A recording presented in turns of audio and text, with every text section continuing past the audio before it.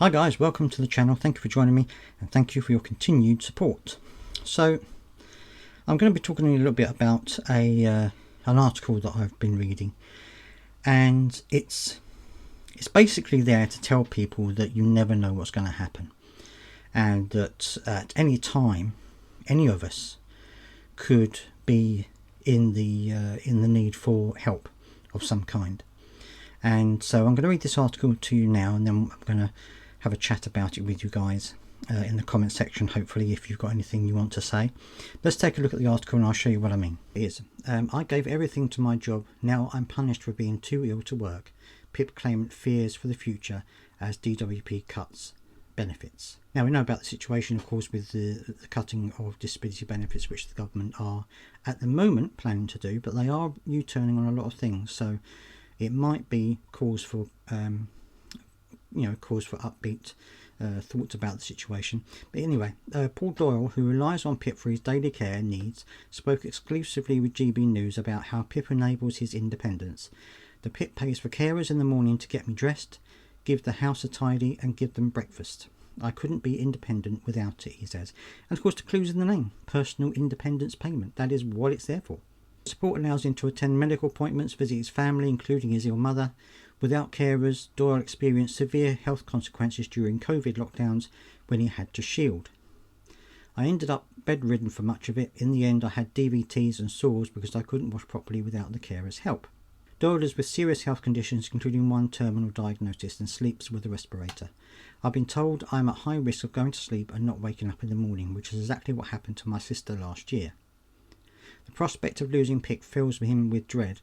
I wouldn't be able to cope. I'd be housebound, unable to even take a shower and get dressed. He feels like the government is picking on the most vulnerable and expressed frustration at media portrayals of benefit recipients. He said, I blame programs like Benefit Street for creating the impression that people are living the life of Riley. People like me are stuck. As we can't get a job, I feel totally lost. I loved my job as a carer. I used to have a sense of purpose for my job, but now I feel like a burden on my family. I'd love to work again, and I feel like I'm grieving the person I was. But I know I'll never work again because I have too many things wrong with me, including one terminal diagnosis. Even just getting through the day feels like an achievement. The uncertainty of benefit assessments adds to Doyle's distress. He said, I'm constantly anxious that the money will get stopped. The uncertainty is like driving an axe above me. It's like having an axe above me waiting to hear. Paul describes his constant financial anxiety.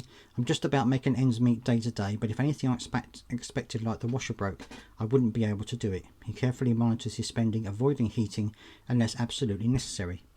Paul previously accumulated $10,000 in debt. At one point I was having 30 calls a day from debt companies. Christians Against Poverty helped me through bankruptcy, which was a godsend. Paul believes society should be judged by how it supports the most vulnerable members. Keir Starmer doesn't realise how bad people's mental health can be, he said, adding that most disabled people would prefer to work than rely on benefits. And the situation is, it's not just, of course, Paul Doyle there.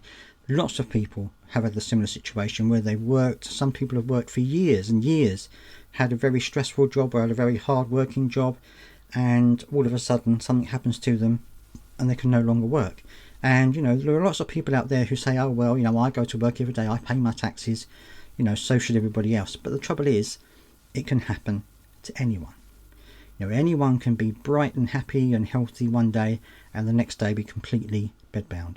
I know there are lots of people out there who of course are born with conditions which make them disabled, and for them it's a daily struggle. Like my daughter, she was born with Ehlers-Danlos syndrome, and she has pain every single day. She has done since she was born. My brother-in-law, for example, he was absolutely fit and healthy until his late 30s when he developed multiple sclerosis.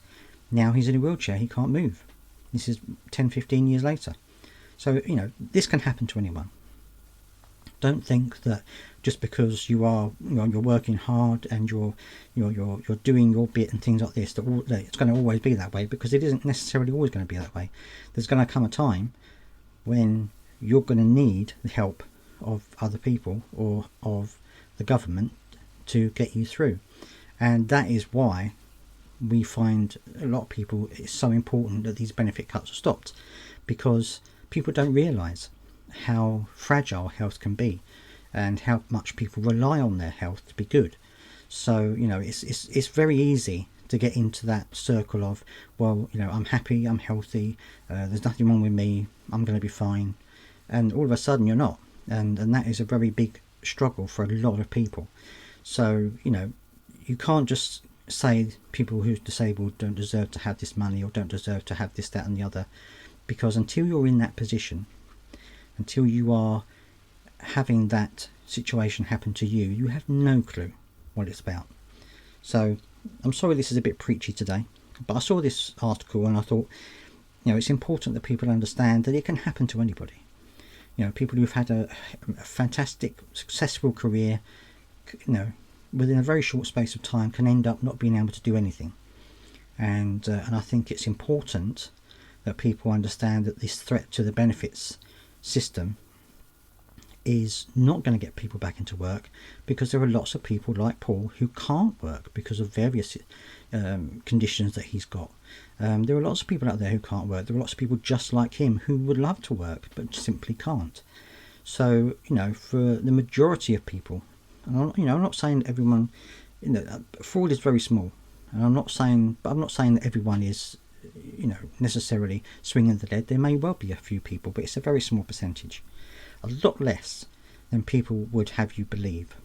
And I just think that it's very important that people understand that it's very easy to say that people with benefits don't need them, when if you're actually in that position, it's very, very different.